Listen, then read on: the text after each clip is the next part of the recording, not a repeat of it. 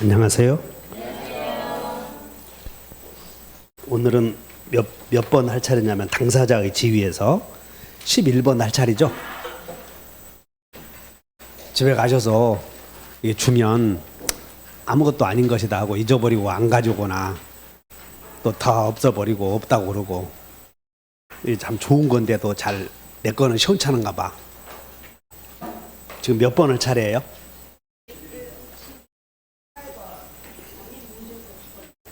아니, 여기요, 프린트에서 공유자의 지위할 차례죠. 그 본권 없는 점유자의 지위, 시효 완성자의 지위, 지위 시리즈 나오면 이게 한 세트로 나오는 문제예요. 그러니까 지금 여기 당사자 지위 시리즈는 20문제가 매년 나오는 거라고. 그러니까 매년 나오니까 이걸 잘 외워놓으시고, 거기에 관련된 문제를 풀어드렸는데, 여기 다음 주부터는 다음 주까지 이걸 하고 2주 후에 동영 모의고사, 그걸 좀 어떻게 강의할 것인가 설명해 드릴게요. 이 공부하고 시험은 어떤 차이가 있냐면, 시험 잘 봐야만 요령이 있어야 되잖아. 공부를 할 때는 처음에는 나는 꼼꼼하게 공부해야 되겠다. 준혁이 어디 있어? 나는 어느 낱말이 이해가 안 되면 진도가 못 나간다. 그런 사람도 계시거든. 꼼꼼해서. 그래서 다 알고 가야 한다고 하는 사람들도 계셔. 어느 것이 좋다 안 좋다는 얘기할 수 없지. 시간이 많이 걸리지. 그런데 이제 그것이 하다 보면 시험을 잘 맞아야 되는데, 그런 사람들은 시험 점수가 처음에는 잘 안 나오지. 나중에는 잘 나오는가? 그래도 결과는 같아. 그래서 우리 백두산을 올라갈 때, 맨날 백두산 올라갈 때 다 둘러보고 올라가면 좋지. 근데 다 둘러보고 올라갈 수가 있는 시간적 제한이 있기 때문에 빨리 올라가야 되거든. 주어진 시간 내에. 이게 시험 공부라고요. 그래서 공부를 잘하는 사람도 있고 시험 잘 보는 사람도 있는데, 시험 잘 보는 사람들은 어떤 사람이냐면 자기들이 요령을 피우는 사람이라고 하잖아요. 근데 요령을 피우는 사람들이라고 하지만 그 사람들은 기본적인 게 머릿속에 들어가 있는 사람들이에요. 그래서 시험 잘 보는 사람들은 자기 실력보다 점수가 많이 맞지.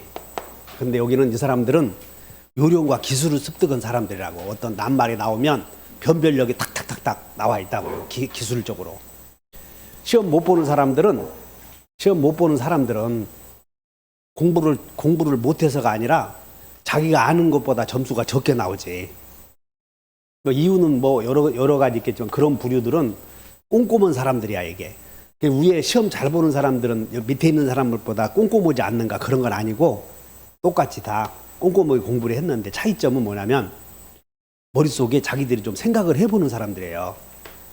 그래서 요령을 피우는 사람들은 책만 보고 공부하는 게 아니고 머릿속에 조금 생각의 지진이 남아있어, 여운이. 그래서 연결시키는 사람들.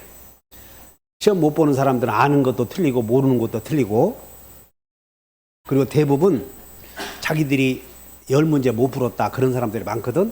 그건 공부 그냥 시험 보러 갈 자격이 없는 사람들이에요. 10문제 못 푼 사람들이 가서 시험장 가서 그거 자랑이라고 그래?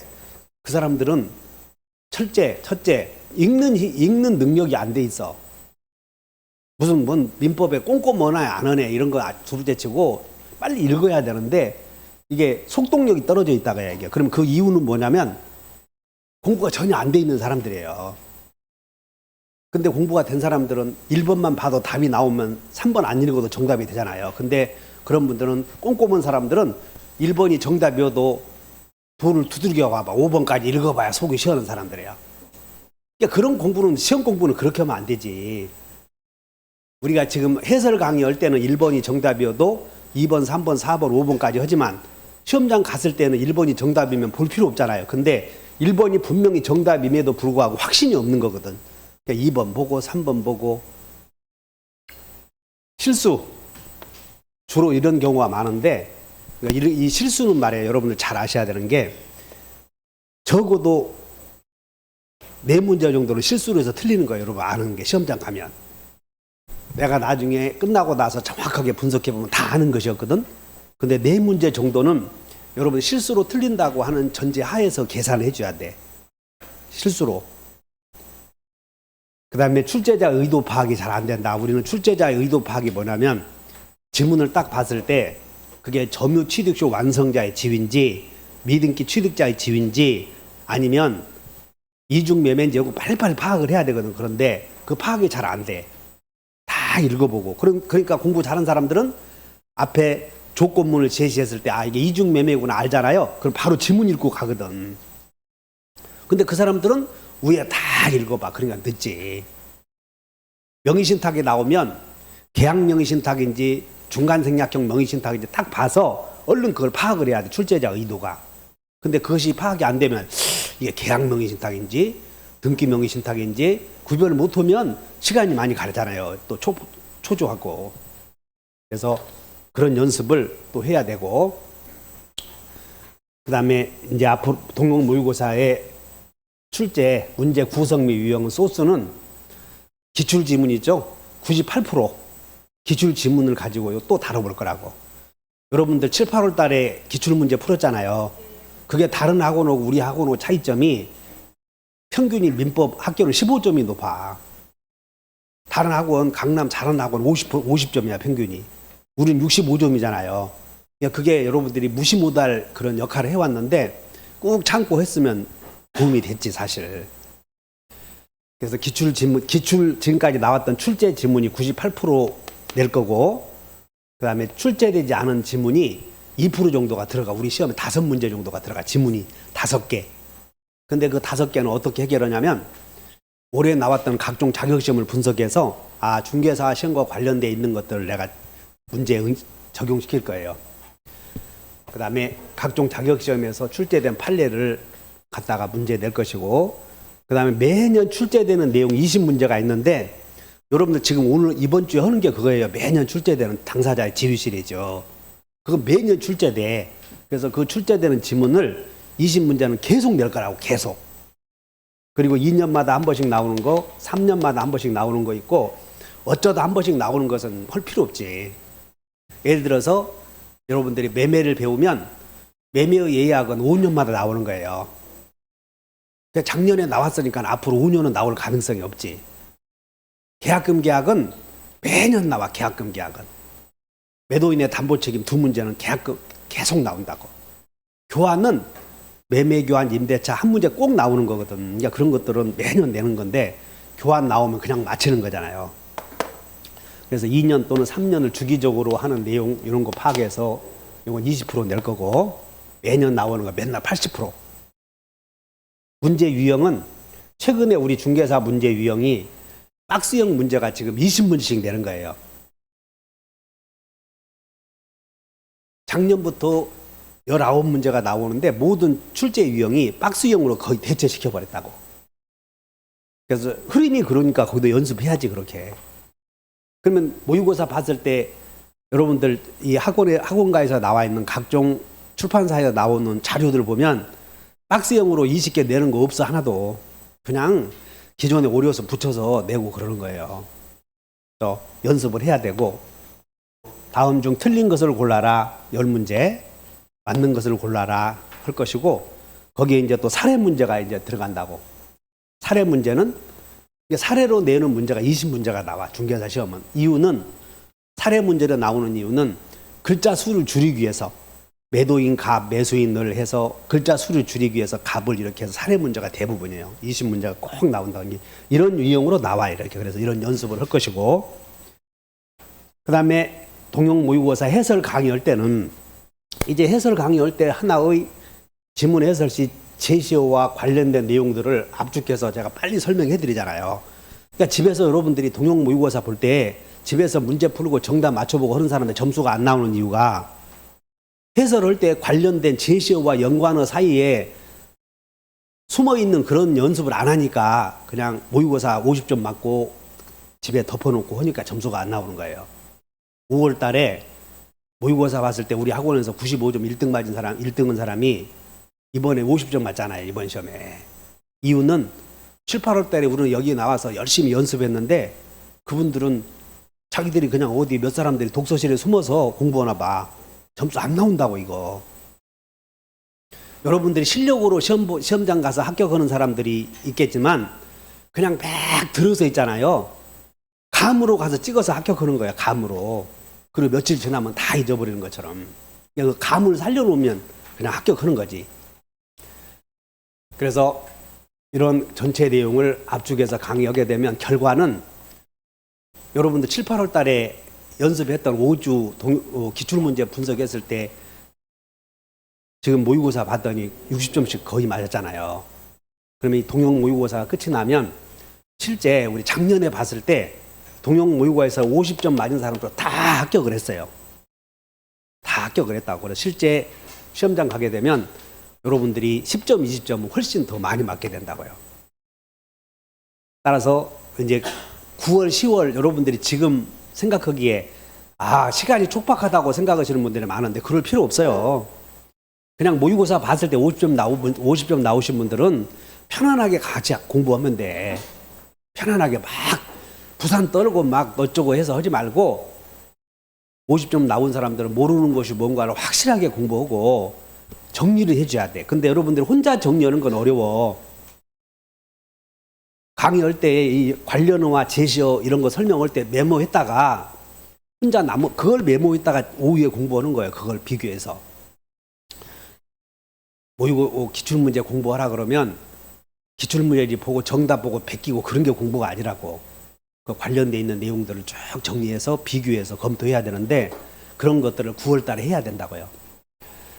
그 다음에 여기 토요일 날 백서는 어떻게 출제했냐면 올해 나왔던 각종 자격시험 문제 있죠? 이런 것들 쭉 정리해서 우리 시험에서 꼭 나올 것들 예상을 해서 문제 냈고 그 다음에 우리 중개사 시험 중에서 공부를 하다 보면 여러분들 꼭 틀리는 지문이 있어. 그것들 중심으로 냈고 그 다음에 우리 공인중개사 시험의 특징이 등기와 관련되어 있는 시험을 꼭 제출하거든. 환매든 교환이든 어디든 등기와 관련된 내용을 내면 여러분이 틀리게 돼 있어요. 그런 연습을 하려고 지금 계획을 세우고 있으니까 동영 모의고사 볼 때 그때 빠지지 않고 나와서 공부하시면 지금 30점 맞은 분들도 이 정도 가지고 외워놓고 그러면 그냥 70점은 그냥 맞는 거예요.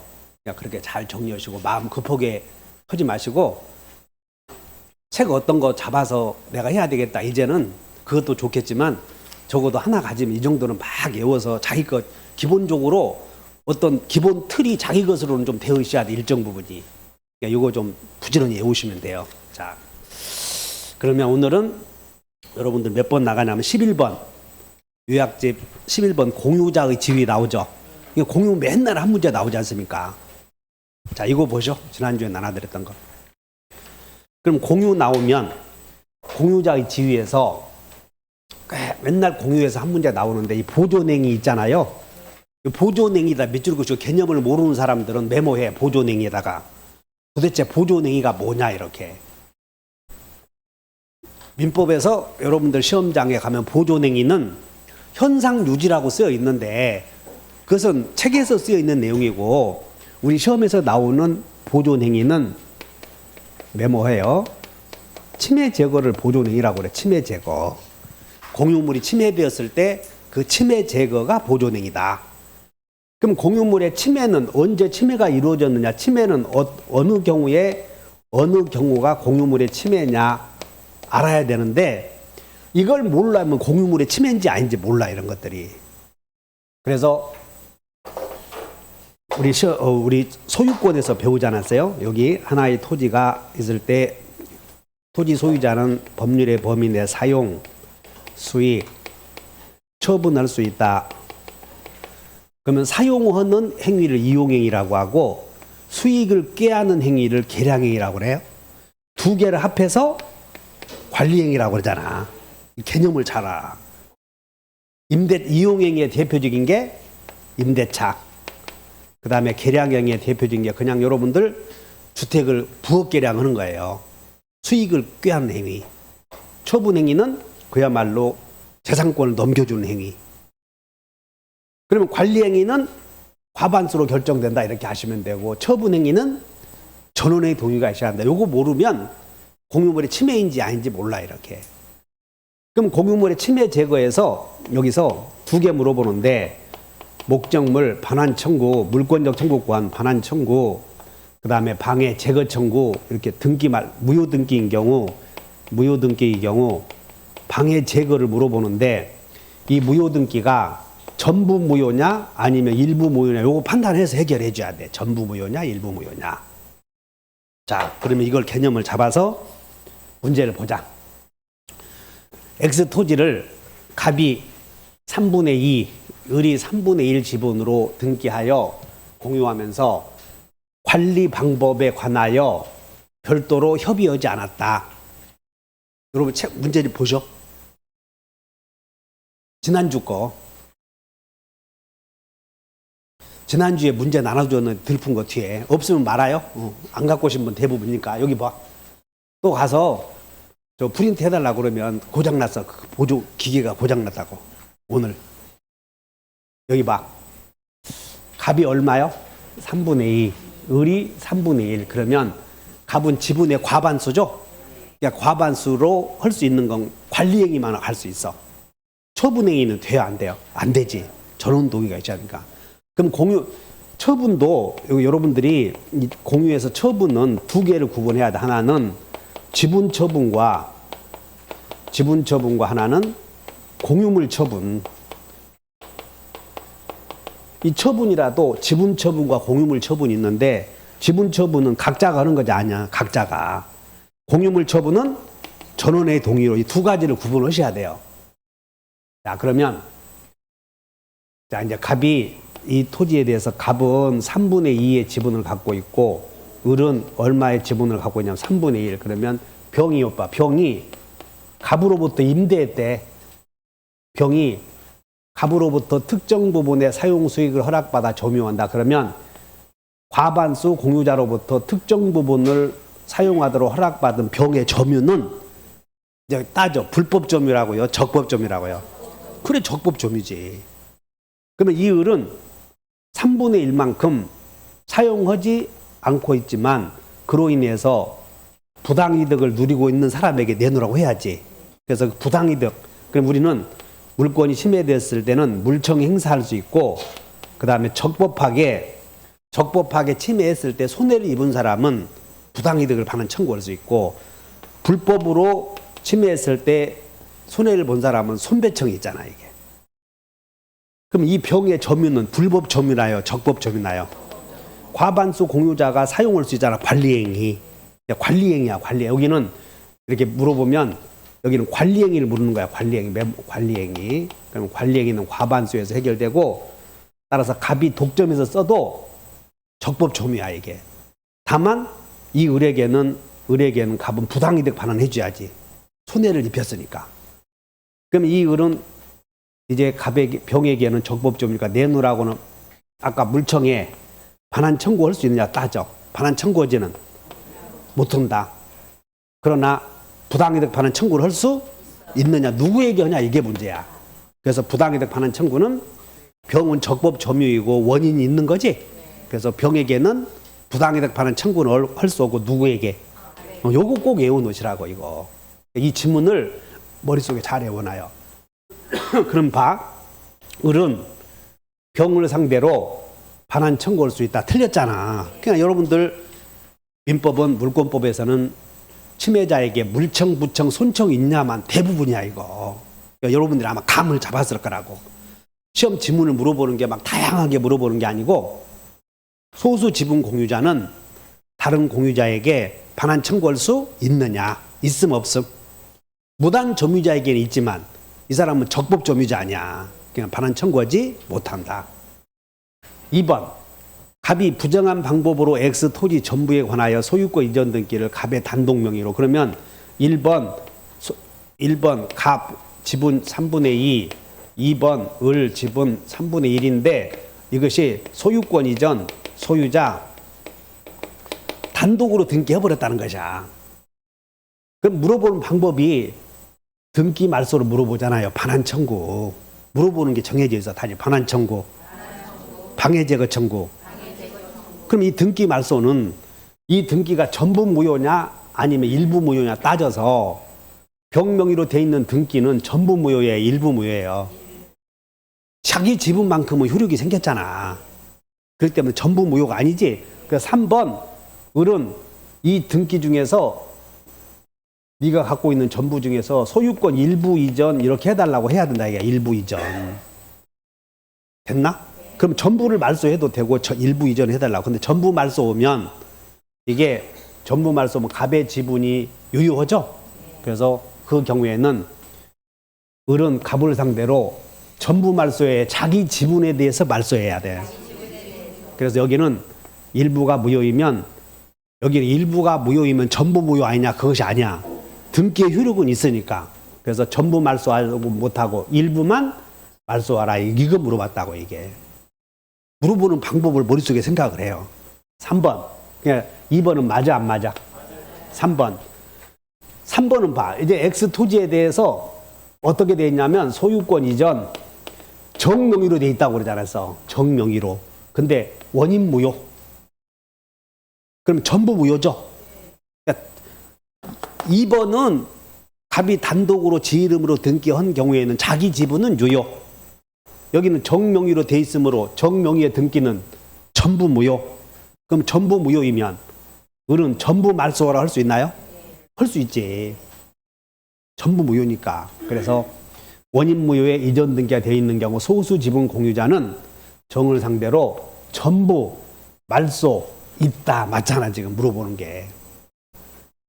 그 다음에 이 토지에 대해서 무가 X 토지에 무단으로 건물을 신축했다. 무가 여기다가 건물을 무단으로 신축했을 때 을은 자신의 지분에 대응하는 한도에서 무를 상대로 손해배상을 청구할 수 있다. 여기서 무가 만약에 건물 지었다면 을은 무에게 전부 철거라 할 수 있나요?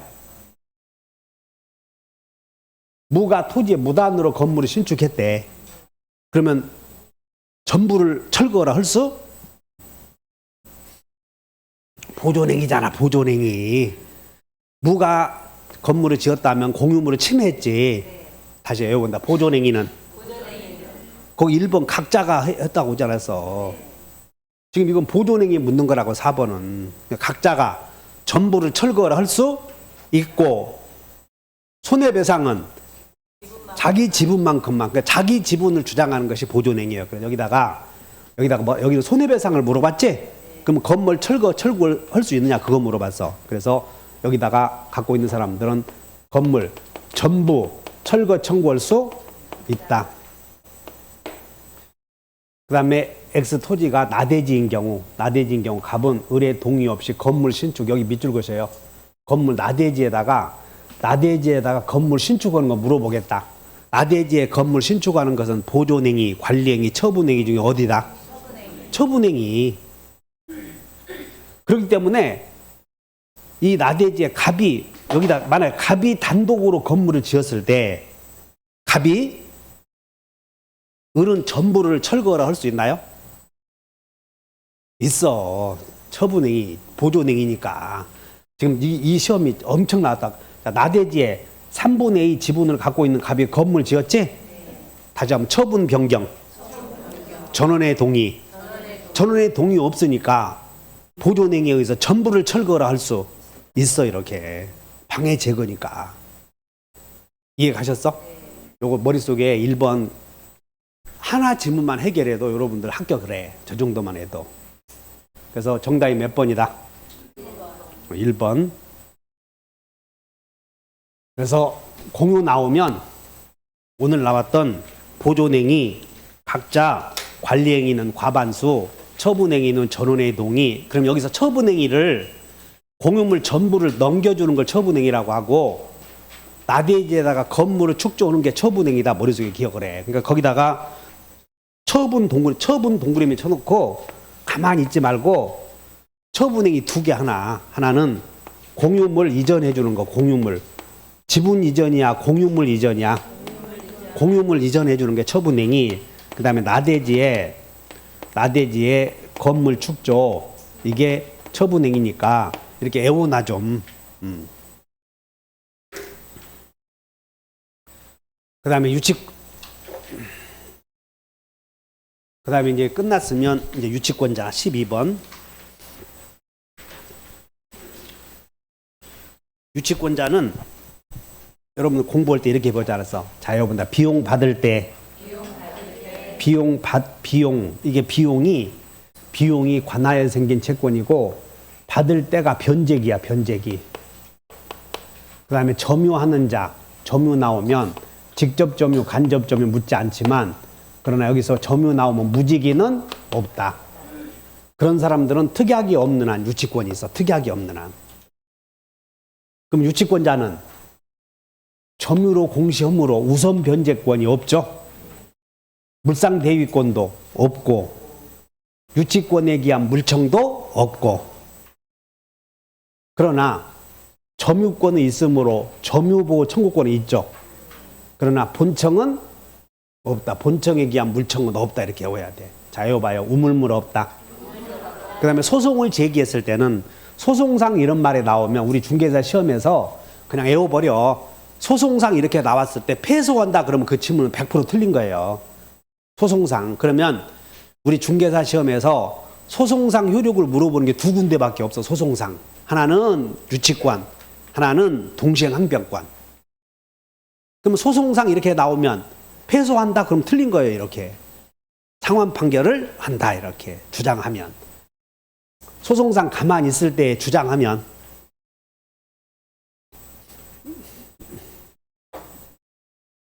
아니 여러분들 소송을 제기되면 가만히 있어야 돼. 재판장에 나가야 돼. 그러면 주장하지 않으면 패소 판결을 받는 거예요. 주장했을 때 패소 없는 거라고. 그래서 소송상 나오면 이렇게 물어봐. 소송상 직권으로 고려한다 그러면 틀려. 유치권자의 권리를 판사가 직권으로 고려해서는 안 된다. 그래서 소송상 주장하면 패소 없다. 그 다음 여기 유치권은 비용상환 채권을 담보하기 위한 제도이므로 유치권의 행사와 채권의 행사는 별개라니까. 그러므로 유치권의 행사는 채권 행사가 아니므로 채권의 가는 세월을 막을 수 없다. 그럼 유치권자는 경락인에게 변제 청구할 수는 없지. 경락인은 채무자가 아니니까. 그 다음에 유치권자는 비용상환 청구권이 있고 그 다음에 과는 과실수취권이 있어. 유치권자는 목적물을 경미하지 말고 목적물 자체를 가지고 변제 충당할 수 있도록 법원의 허락을 받을 수 있다고. 이것이 간이변제 충당권이 있고 별은 뭐냐면 파산법상 별제권이야. 파산법상 별제권. 그 다음에 유치권은 남의 물건을 점유하고 있기 때문에 적법하게 남의 물건을 점유하는 사람은 선관주의 의무 있다 아셔야 돼. 그래서 선관주의 의무에다 그렇게 메모해. 선관주의 의무는 누구에게 우리 작년에 다음 중 선관주의 의무가 없는 자를 골라라 그랬어. 선관주의 의무 작년 문제. 임차인 선관주의 의무 내 한번 해볼게. 선의 점유자, 유치권자, 소유자, 임차인, 지상권자 몇 번이 정답이야? 2개 골라라 그러면. 응? 선의 점유자와 소유자 골라야 돼. 선의 점유자는 적법 점유가 아니거든. 그래서 여기다 써놓으면 돼. 선관주의 의무는 적법 점유자. 적법 점유자는 법률 행위와 법률 규정에 의해서 법률 행위, 유효인 법률 행위 이런 사람에 의해서 점유하는 사람은 선관주의 의무가 있어. 유치권은 법률의 규정에 의해서 분권이 있는 자지. 점유할 권리. 그래서 적법 점유자는 선관주의 의무가 있어. 동시행 항변권자도 선관주의 의무 있어. 동시행 항변권자도. 그래서 자 적어도 유치권 나오면 외워봐요. 우물물 없고 패소 없고 막을 수 없다. 적어도 이게 1, 2, 3번에 외워야 돼. 우물물 없다, 패소 없다, 막을 수 없다 이렇게. 자, 문제 보자. 유치권자의 권리가 아닌 것은. 유치권자는 경매권이 있죠. 이 경매권이 있다는 얘기는 판결 받을 필요 없다 그런 뜻이야. 판결 받을 필요 없어. 유치권자는 과실 수취권 있나요? 여러분들 과실 수취권은 맨 뒤에 프린트 보면 과실수취권의 유무를 다 정리해놨어요. 그러니까 과실수취권 나오면 건성건성하지 말고 머릿속에 한번 연상을 해봐. 누구에게 과실수취권이 있는가 그런 것들 쭉. 저당권자에게는 과실수취권 있나요? 없지. 점유하지 않으니까. 가담법에서는 채무자에게 있지. 근데 청산금을 지급하고 난 후에는 채권자에게 있다. 이런 것들을 쭉 정리하셔야 돼. 비용상환 청구권, 간이변제 충당권, 타담보 제공 청구권. 이게 함정으로 냈던 건데 시험에 갑의 수박밭에서 을의 소가 침범해서 수박을 망쳐서 손해가 생겨서 갑이 소를 잡아놓으면 유치권이야. 근데 채무자가 소가 없어서 일을 못해. 소가 없어서. 그래서 갑에게 여보, 내 소가 없어서 농사를 지을 수가 없는데 다른 담보를 제필 테니 소 좀 풀어줄라나? 그러니까는 그것이 뭔가 다른 담보 제필 테니 풀어달라고 그래. 갑이 그것이 뭐요? 다른 담보가. 그래서 뭐라고 그랬어? 우리? 여러분 공부는 못해도 그것은 기억나잖아. 우리 집사람 어떤가 그랬더니 갑이 더 좋지. 그러면 그걸 가지고 연상을 해서 다른 담보를 제공하고 유치권의 소멸을 청구할 수 있는 사람은 유치권자의 권리요, 채무자의 권리야. 채무자의 권리잖아. 유치권자의 권리가 아니야 이게. 그리고 유치권자 갑이야, 채무자야, 내가 유치하는 물건 대신에 다른 물건 담보로 제표라고 청구하겠냐고. 유치권자가 내가 소 잡아놨으니 그 소 대신에 네 마누라 제표라 하겠어? 이해하셨나? 그러면 여기는 어떻게 해야 되냐면 다른 담보를 제공하고 타담보 제공하고 제공 후 유치권 소멸 청구 이렇게 써봐요. 이게 유치권 소멸 청구. 다른 담보를 제공하고 유치권 소멸을 청구할 수 있는 사람은 여기 꼭 채무자이야 돼. 소유자도 괜찮아. 요게 올해 다른 기출 자격시험에서 내보낸 거야 이게. 다른 담보를 제공하고 유치권의 소멸을 청구할 수 있는 사람은 채무자에 하나 한다 그러면 틀려. 이런 것들이 꼭 채무자이야 돼. 물건의 소유자이어도 괜찮아. 왜냐하면 유치권의 객체는 채무자와 소유자가 다를 수 있으니까. 그래서 5번이 틀렸다. 잘 표정을 보니까 나는 몰라도 된다는 표정을 진 것 같으니까. 민법상 유치권에 관한 설명이 다 옳은 거. 유치권자에게는 유치물에 대하여 경매 신청권이 있나요? 여러분 이 경매 신청권이 뭐냐면 따로 판결 받지 않고 그런 뜻이야. 그럼 주택 임차인은 경매 신청권 있나요? 주택 임차인은 경매 신청권 없어. 판결 받아야 돼. 그러니까 경매 신청권 없다 이런 말을 쓰는 거라고. 여기다가 경매 신청권 없다 있다에다가 경매 신청권이란 판결 받고 판결 없이. 판결 없이. 유치권자는 경매 신청권 있는 거예요. 유치권자는 과실 수치 나와.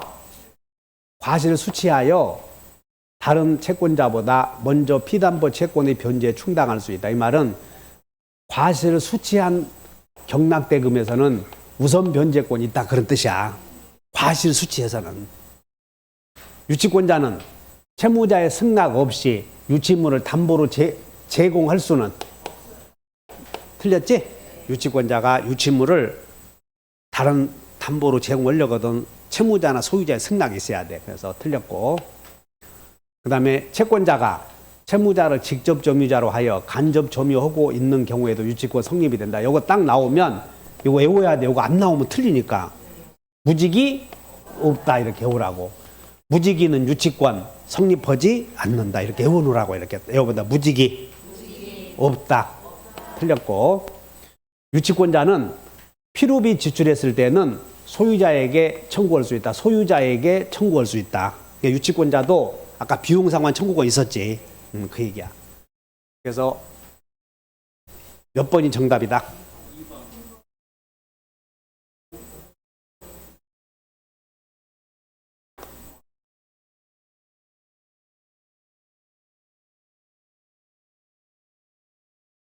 내가 문제를 잘못 냈나 봐. 정답만 가자고. 필요비를 지출했을 때는 상환 청구할 수 있다. 무지기는 없다. 승낙 없이 제공할 수 없다. 그 다음에 다른 채권자보다 먼저 변제 충당할 수 있다. 2번이 정답인가 봐요.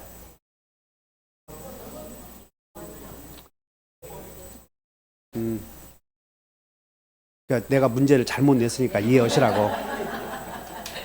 정답이 중요하냐? 그렇게? 그 정답 5번이다 외워놓으면 나오냐? 그렇게? 그래서 요거 자, 유치권자 비용상환 청구권 정리해. 비용상환 청구 있다. 필요비 유익비 다 있어. 그 다음에 과실 수치하에 우선 변제 있다. 승낙 없이 없다. 무지기 없다. 경매권 신청권 있다. 이렇게 하면 되지. 그 다음에 제3취득자의 지위. 이 제3취득자는 어디서 나오냐면 13번에 저당권에서 나와. 저당권. 그럼 이 제3취득자는 어디서 나오냐면 여기 저당 갑의 을의 토지에 갑의 저당권이 있고 여기다가 또 여기에 A가 1번 저당권, B가 2번 저당권. 요 사이에 저당권자와 저당권자 사이 밑에 소유권이나 지상권이나 전세권 이런 사람들을 제3취득자라고 부르는데 이 제3취득자는 저당권 성립 후에 자 여기 봐요. 후 소지전 거기다가 제3취득자에다 밑줄 그으셔봐. 안 쓰여 있으니까 제3취득자는 후 소지전 이렇게. 그럼 내가 왜 여기다가 후를 썼냐면 이 앞에 후는 저당권 성립 후에 소유권을 취득한 자를 가리켜. 그러니까 저당권 성립 후에 소유권, 지상권, 전세권 취득한 자를 가리키고 두 번째는 저당권자가 경매에서 경매 등기가 된단 말이야. 저당권자가 경매 신청하면 법원이 지금부터 경매 들어간다. 경매 기입 등기를 해. 그럼 경매 기입 등기 후에 요때 경매 기입 등기가 되고 나서 소지전을 취득한 자도 제3취득자로서 보호받을 수 있냐 그 말이야. 보호받을 수 있다. 그래서 후후 소지전 했던 거야 이게. 그러니까 제3취득자의 성립 시기를 물어 이렇게. 그러면 여기는 앞에는 저당권 성립 후, 뒤에 후는 경매 등기 후에 소유권, 지상권 취득한 자도 제3취득자로 보호받는다. 그러면 제3취득자는 저당권자 사이 저당권 성립 후에 생겼으므로 경매가 이루어지면 경락의 결과 저당권과 경락인 사이의 모든 권리는 소유권과 양립할 수 없는 걸 다 죽는 거지. 그럼 이거 다 죽어야지 이렇게. 그래서 죽기 싫으면 소지전은 자기가 죽기 싫으면 어떻게 해야 돼? 너 죽고 나 살자. 그래서 선순위를 죽여버려야지. 그러면 채무자를 대위해서 변제했으면 채무자에 대하여 구상권 갖는 거지. 그래서 이것이 대위 변제했으면 채무자의 의사에 반해서 이렇게 물어본다고. 제3취득자는 채무자 의사에 반해서도 갚을 수 있어요? 있어 이렇게. 의사에 반해서도. 여기서 여러분들이 의사에 반해서 여기다 함정 건성건성 보지 말고 눈여겨서 봐. 의사에 반해서는 안 된다 그러면 틀린 거예요 이게. 있어. 그 다음에 변제기 전에 오면 안 돼. 왜냐하면 저당권자에게 기한의 이익이 있으니까. 그래서 변제기 후에 해야 돼. 그리고 이게 만약에 근저당권자라면 근저당권의 최고액에서 우리는 이렇게 외워요. 채무자는 싹 다. 채무자는 싹 다 갚아야 된다고 그러지 않았어. 그러면 제3취득자는 채무자가 아니지. 그러니까 싹 다요. 최고액까지요. 그래서 여기다가 외워놓으면 되는 거예요. 싹 다 이렇게 먼저 기본이 돼야 돼. 채무자는 싹 다 변제해야 돼. 그래서 제3취득자는 최고액까지 변제하고 저당권 소멸을 청구하면 구상권 갖는 거지.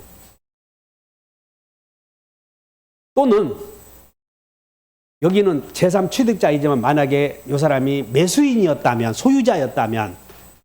매수인이었다면 저당권 실행으로 소유권 상실한 매수인이지. 그래서 지상권자나 임차인을 전세권을 제외한 매매로 놓고 본다면 우리 매매에서는 출제비용 상환 청구권을 가자 이렇게 매매. 생각나? 저당권 실행으로 소유권 상실한 매수인은 출제비용 저당권 성립 후 여기는 소유권, 지상권, 전세권을 저당권에서 포함하지만 매매만 놓고 본다면 여기는 없잖아. 매매만 놓고 보면 땅을 샀으니까.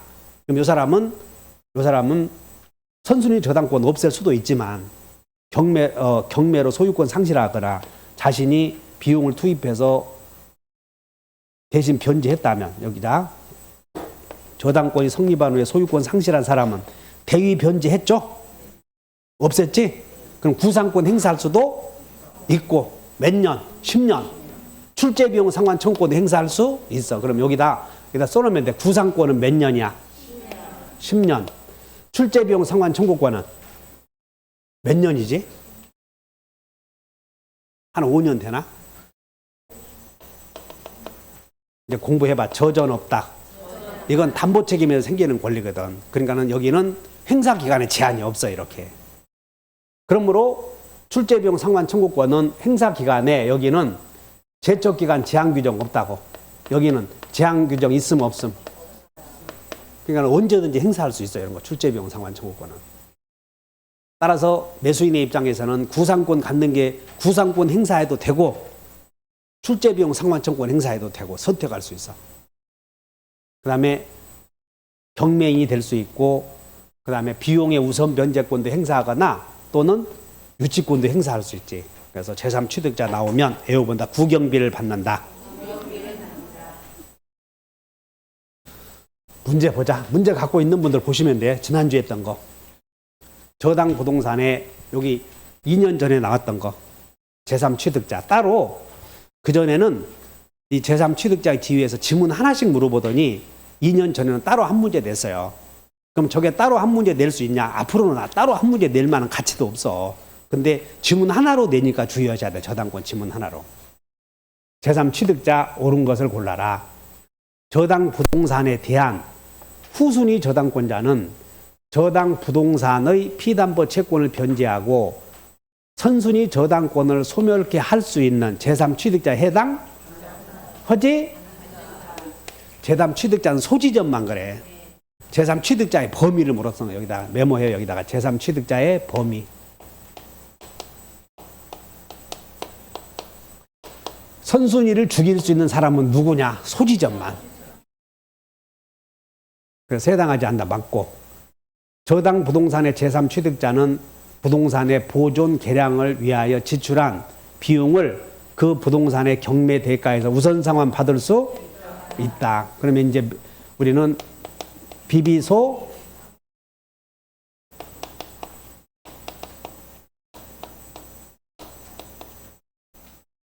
이렇게 외워. 자, 외운다. 비비소 주당 최고. 변형됐잖아 이제. 그때는 다 외운다. 비비소 당해 최고 했는데 주택 임차인의 보증금이 세금을 받을 수 있는 범위에서는 앞서지. 그래서 이렇게 바꿔줘야 돼. 이제 예상 문제가. 세법이 개정되면서 주택 임차인의 보증금이 세금에 우선한다 하시면 돼. 상가 임차인, 주택 임차인, 국세나 지방세 우선한다. 다 우선해. 세금의 범위 내에서만. 그러니까 요거 외워야 돼. 자, 여러분들 비비소 주당 최고. 외우기도 더 쉽게 만들어놨어. 비비소 주당 최고. 그러면 여기가 2순위가 여기 있어. 제3취득자의 비용이 2순위다 그 말이야 이게. 몇 순위야? 2순위. 여기는 B는 경매 실행 비용, 경매 비용. 요 D는 여기는 제3취득자의 비용. 소는 소액 보증금, 주는 여기 이거 올해 나오니까 안 외워주면 가지 마라 시험장. 괜히 가족들 있지. 아 우리 집사람이 검단 간지는 1년이야. 근데 다른 데서는 한 5년은 다 갔거든. 그래서 검단에 갔으면 합격한다고 소문 나서 글이 보냈는데 올해는 합격하겠지 했는데 또 성실하지 않으면 여러분들 공부 잘한 사람을 한번 봐. 시험 점수 잘 나온 사람들. 그 사람들은 이유로 안 돼. 이유 안 된다고 이게. 그냥 공부 열심히 해. 그 점수 안 나온 사람들은 온갖 이유가 많아. 이 학원 여기 그런 거 여기 그 카운터에서 그 이유 듣는 거 아니다. 우리 아주 귀가 달라서 이유 듣는 거 아니. 15년간 했더니 못 살겠어. 그놈 이유 듣는 게 아주 그냥. 여기는 공부시켜 주시오 하는 거거든. 여기는 공부해 주시오, 공부시켜 주시오 하는 거야. 합격하도록. 그러니까 외워야 돼요. 주가 뭐요? 원래는 주택임차인은 세금 뒤에 있어서 근데 앞으로 변형됐으니까 외우시고. 그래서 우선상환 받을 수 있다. 틀렸고, 저당부동산의 제3취득자는 저당권을 실행하는 경매에 참가하여 매수인이 될 수 있다. 맞아? 경매인이 될 수 있다. 구경비. 그다음 이제 니을이 요게 이제 2년 전에 냈는데 여기 봐. 제3취득자는 저당권 성립 후에 소유권, 지상권, 전세권 취득권자를 가리켰거든. 그러니까 제3취득자의 성립 시기를 물어봤는데 꼭 제3취득자의 성립 시기는 저당권 성립 후에 소유권, 지상권, 전세권 취득권자만 가리키는 게 아니라 저당권자 경매해서 경매 등기가 됐지? 경매 등기 후에 나타난 사람도 제3취득자로 보호된다. 여기까지야, 여기까지. 그래서 피담보 채권을 변제하고 저당권의 소멸을 청구할 수 있는 제3취득자는 경매 신청 전이요, 후요? 경매 이루어지기 전에도 괜찮다 그 말이야. 저당권자 경매 신청해서 왜? 경매 신청하고 나서도 돈 받기 위해서 온 거니까 대신 변제한다고 해서 저당권자에게 전혀 불리함을 주는 게 아니거든. 그러므로 경매 신청 전이요, 후요? 후에. 그냥 경매 신청 전후를 묻지 않지.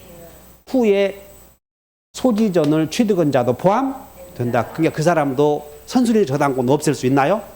있지. 그런다고 불이익을 주는 게 아니거든. 요거 그래서 후 소지전 집어넣었던 거예요. 그래서 여러분들 외우라고 다 같이 후후 소지전.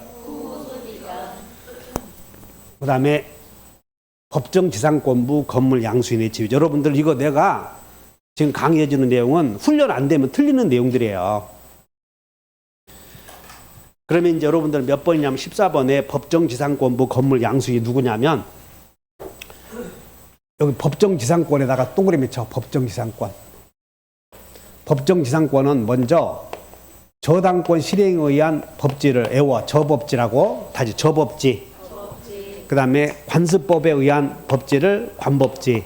그리고 또 하나는 전세권자의 법지라고 하지 말고 전세권 설정자의 법지라고 해서 안 외워주면 틀려버려요. 이게. 그래서 외워본다. 설법지. 여기 약속을 해. 설법지는 전세권자의 법지요. 전세권 설정자의 법지야. 그래서 저거 안 외워주면 틀려버려요. 이렇게. 그러니까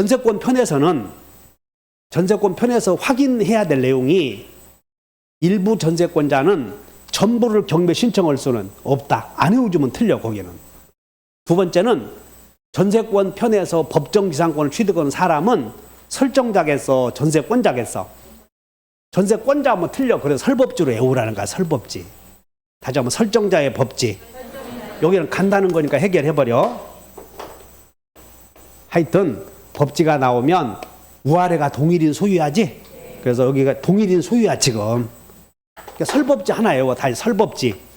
이게 뭔지 모르니까 외워버리라고. 하나 지문으로 나오니까 전세권에서. 그런데 동일인 소유였는데 이 상태에서 1번 잘 봐. 1번 을에게 전세권을 설정해줘.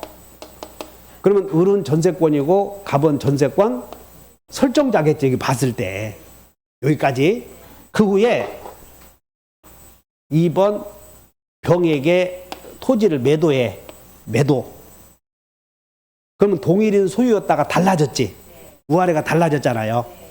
그러면 이 사람을 토지의 특별 승계인이라고 불러. 대지의 특정 승계인은 전세권자에게 지상권을 설정해 준 것으로 본다 해야 되겠어. 설정자에게 지상권을 설정해 준 것으로 본다 해야 되겠어. 설정자에게. 그래 여기다가 전세권자에게 그럼 틀리니까는 항상 이 부분을 외워놔야 돼. 자, 여러분들 설법지. 그러면 이제 설법지 나오면 전세권자에게요, 설정자에게야. 그러니까 거기서 외워놓으면 전세권 편에서는 틀리지 않아.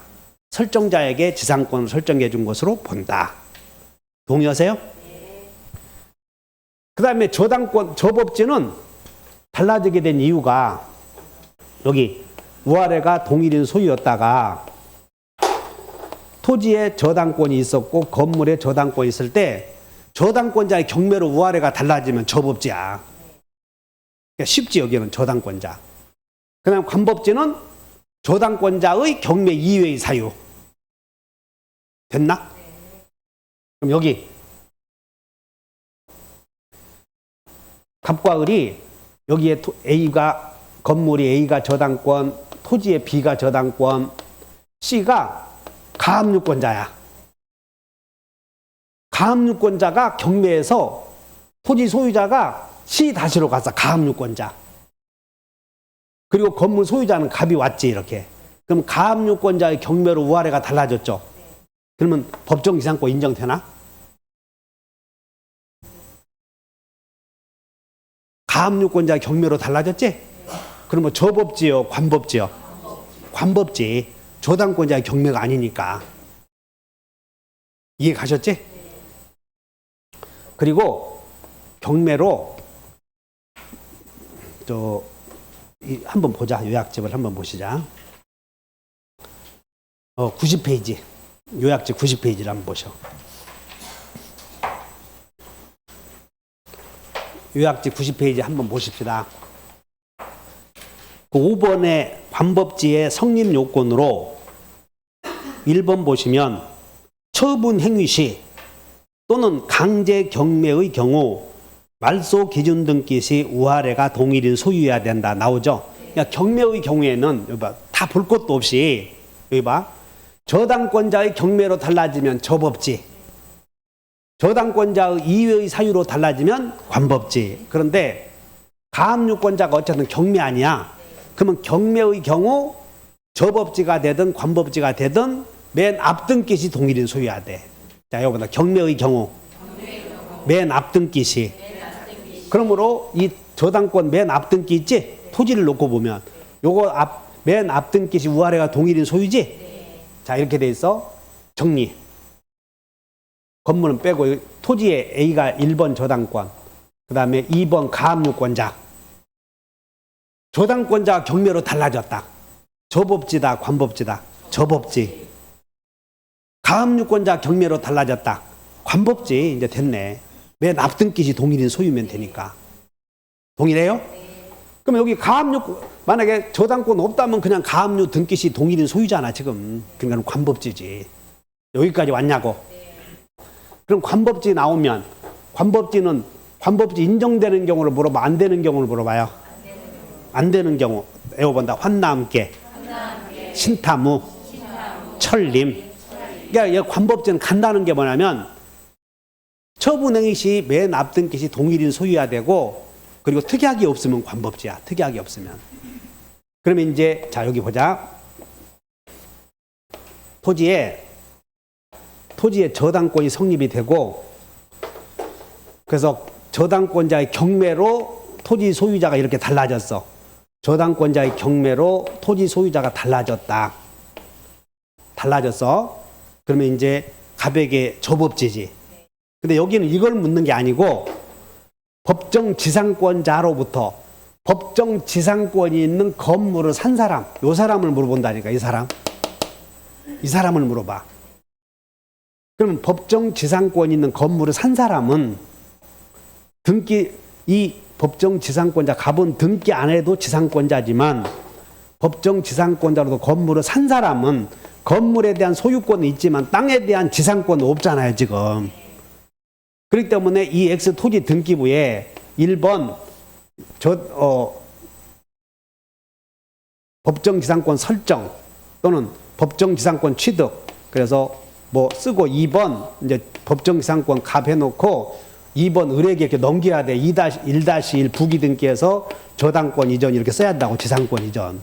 이 사람이 이렇게 해와야 돼. 그럼 해오기 전에 토지 소유자는 법정 지상권을 취득할 사람에게 건물 철거시오 헐수? 그리고 또 뭘 물어보냐면 애호봐요. 물부손. 또 그거요. 다시 소유자는 침해자에게 물부손. 지금 소유자와 이 사람과의 관계를 공부하는 거야. 소유자와 법정지상권부 건물 양수인과의 관계 지금. 그러니까 물권법은 소유자와 다른 사람과의 관계만 공부하는 거예요.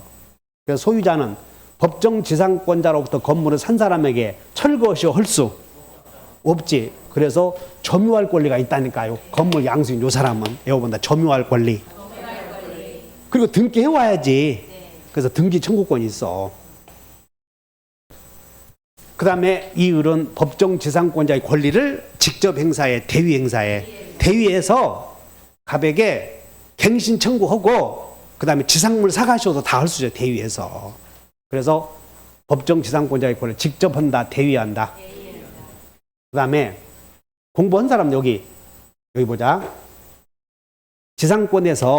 우리 지상권에서는 지료가 요소가 아니죠. 근데 법정지상권에서는 지료가 성립될 때부터 줘야 돼. 그러니까 여러분들이 지상권에 관한 설명이다 이렇게 나오지. 그 약정지상권을 가리키는 거야. 지상권에 관한 설명이다 이렇게 나오면 법정지상권이다, 약정지상권이다. 약정지상권. 거기서는 지료가 요소가 아니야. 근데 법정지상권에서는 지료가, 그럼 여기 봐. 자, 여기서 지료가 줄 의무 성립식이 저당권자가 있었고, 저당권자 경매로 A가 토지 소유권 취득했고, 갑이 이렇게 넘어왔지? 요 사람이 경납대금 납부하잖아요. 납부하면 갑은 그때부터 지료 지급 의무가 있어. 요때부터.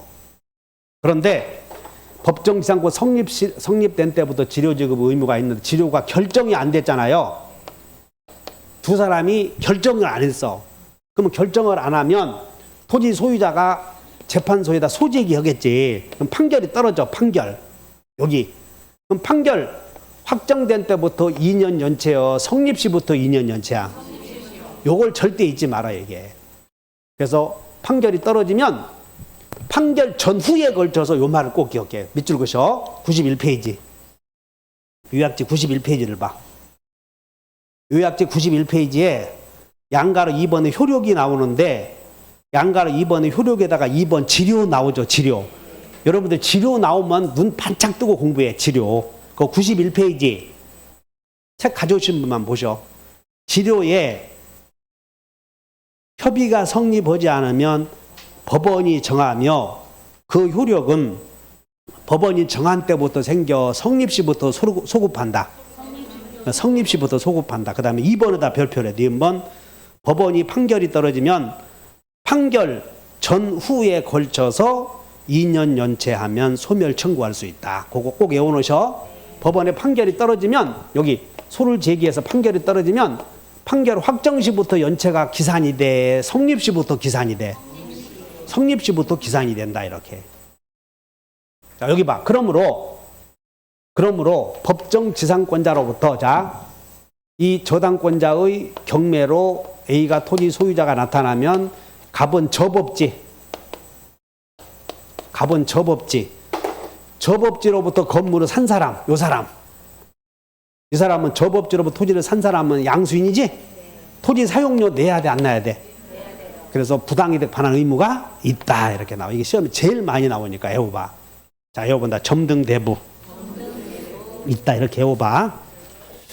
그러면 이제 문제를 풀어보면 내가 문제를 좀 보충시켰어요. 갑은 자신의 토지와 지상 건물 중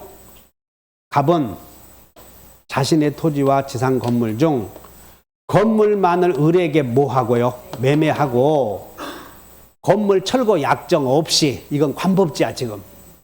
건물 철거 약정 없이 건물에 대해서 등기해 주었다. 이렇게.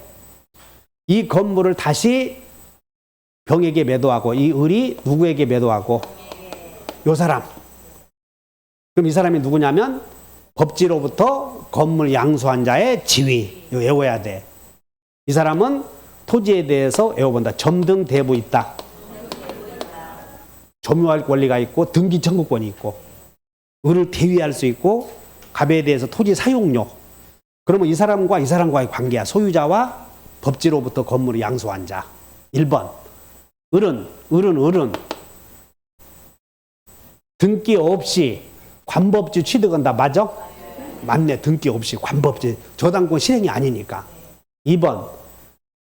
갑은 병에게 토지 사용에 대한 부당이득 반환 청구할 수? 부당이득 반환해야지. 공시적으로 외워놔야 돼 이거. 세 번째. 갑이 토지를 정에게 양도한 경우 정에게 양도한 경우 을은 정에게는 법정지상권 주장할 수 있지. 누구에게나 주장할 수 있으니까. 그래서 여기는 여기다 메모하면 물권은 절대권이다 그런 뜻이야. 그리고 자 여기 봐. 이게 나오는 게 유치권자라고 보자고. 유치권자. 을이 만약에 유치권자라면 유치권자는 누구에게나 주장할 수 있죠. 똑같아 이것도. 그래서 법정지상권을 취득한 사람은 갑에게도 등기 없이 주장할 수 있고 갑으로부터 토지를 양수한 자에게도 청구할 수 있고 주의하셔야 돼. 절대권이다. 갑의 병에 대한 이제 여기 물어보래. 갑의 병에 대한 건물 철거 및 토지 인도 청구는 신의칙상 허용될 수 없다. 이 사람은 점유할 권리가 있다 그런 뜻이야. 점유할 권리가 있다. 그리고 물권법은 토지 소유자와 다른 사람과의 관계만 공부한다니까 지금. 만약 병이 경매, 이 건물을 경매에 의해서 경락을 받았다면 등기해야 법지를 취득해서 이전받아서 등기 없이도. 그래서 소유권을 취득한 경우라면 특별한 사정이 없던 한 등기 없이도 법정지상권을 이전받는다 해야지. 이전받는다 이렇게. 맞지? 몇 번이 틀렸다. 이렇게 나오니까 꼭 그러면 여러분들이 정답이 중요한 게 아니고 저게 법정지상권자로부터 건물의 양수한 자의 지위가 시리즈로 나오니까 어떻게 해야 되느냐 대처해야 돼. 자, 쉬었다 합시다.